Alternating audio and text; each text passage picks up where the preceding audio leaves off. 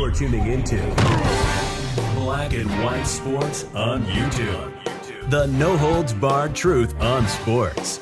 The main event starts now. All right, Black and White Sports supporters, let's talk about the New England Patriots. That's right.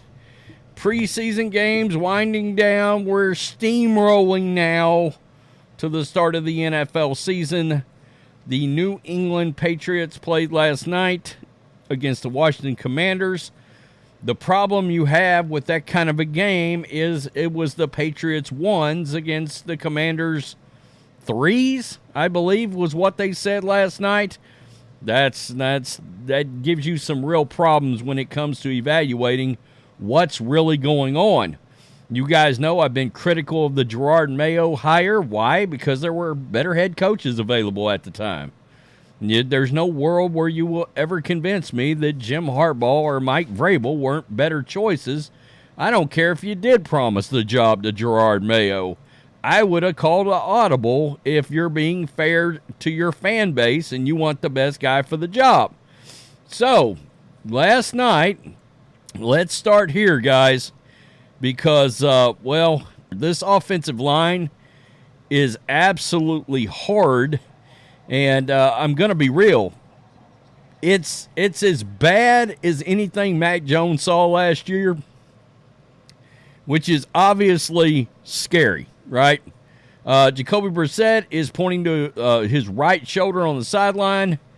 Though still he had his helmet on, staff wasn't around. Odd mechanism on the play. Maybe an AC or clavicle when the defender landed on him. Guys, if it's an AC or a clavicle, Drake Maye is going to be your starter on this team. Now, and that might sound great, except you run the risk of Mac Jonesing Drake Maye here, right? In case you're wondering, Mac Jones absolutely killing it in the preseason. 421 yards, 3 touchdowns. He's looked like a bona fide starter. I don't know how else you say it. Now, Jerod Mayo has come out and made some comments. He feels positive about Jacoby Brissett after the game. Mayo sounded mostly positive after the game. There you go. But there was a potential caveat in Mayo's comments. Quote, he would have been able to continue, Mayo said initially. But then Mayo was a bit more measured. I talked to him. We'll see tomorrow. You always feel a little bit more sore the next day. He said he was good. We'll find out tomorrow. You know, is he good? Could he have played? Or what's the deal? Is he hurt and you need to evaluate the situation? Oh, boy. I don't know what to say here. So Drake Maye, folks, came in, looked damn good. I'm not going to lie to you.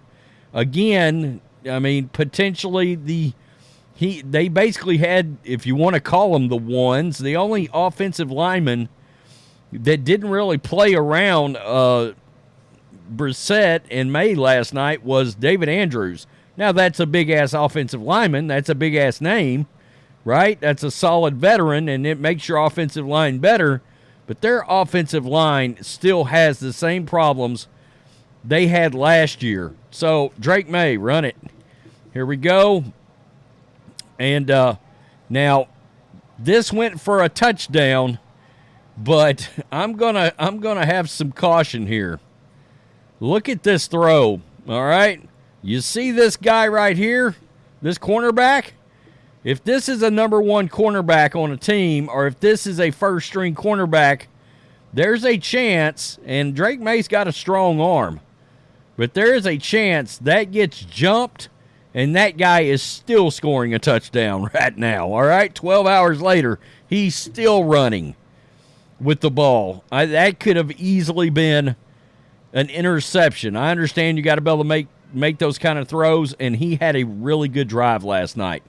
He looked good. He was 13 for 20, I believe, for like 128 or something like that, 120. But after that drive was over, it didn't look so great after the fact, all right? From there, the New England offense stalled for the next string of drives, including Maye throwing a pass behind Tyquan Thornton on 3rd and 11. I saw it was bad. Over the 3 drives after the touchdown, Maye went 4 for 8 for 18 yards.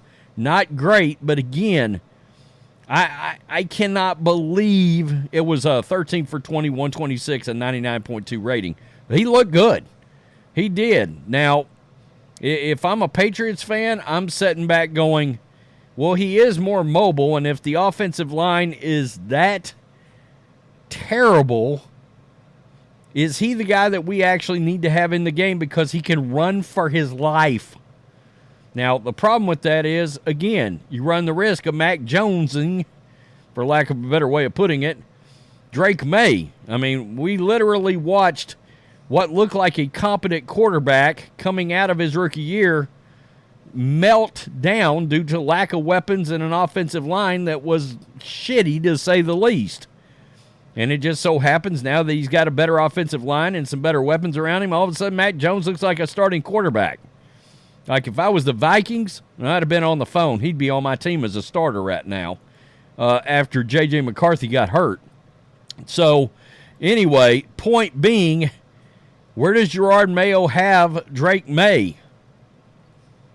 So after the performance, did Maye leap the veteran Jacoby Brissett in Mayo's eyes, or is at least ready to play if Brissett is injured, especially after leaving Sunday's contest?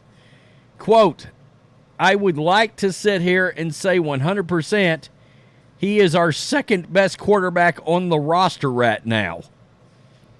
Is he your second best or your best? I kind of think he's your best even right now, and I like Jacoby Brissett. When asked to follow up, he responded with, next question, I'm not sure until I watch the film. Oh, boy. Okay.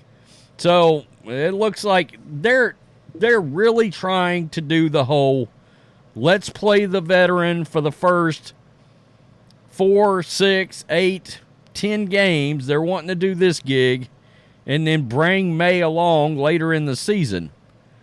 The only reason I would do that and that I could see it is that offensive line. That offensive line is really bad, but he's going to end up getting in the game because Jacoby Brissett's going to get killed out there. I almost said Jacoby Myers. They could have used him last year and this year. Seriously. Wow. I don't know. I'm going to be interested to see what Patriot fans think. It's a tough decision. Just from pure performance and talent, I would start Drake Maye. But I kind of get it because this offensive line is terrible. Now, this is something you guys know I've killed the Patriots on. Why the hell didn't they do something in the offseason to shore up the offensive line in free agency? I mean, it's unacceptable. This looks like a joke. I'm watching that last night. They're playing third stringers and getting crushed on the offensive line. They get against some good teams that's got a defensive line. It could be a massacre for the Patriots. It really could. Tell me what you think. Peace. I'm out. Till next time. Thanks for watching the show. Be sure to like, comment, and subscribe. Be sure to tune in next time on Black and White Sports.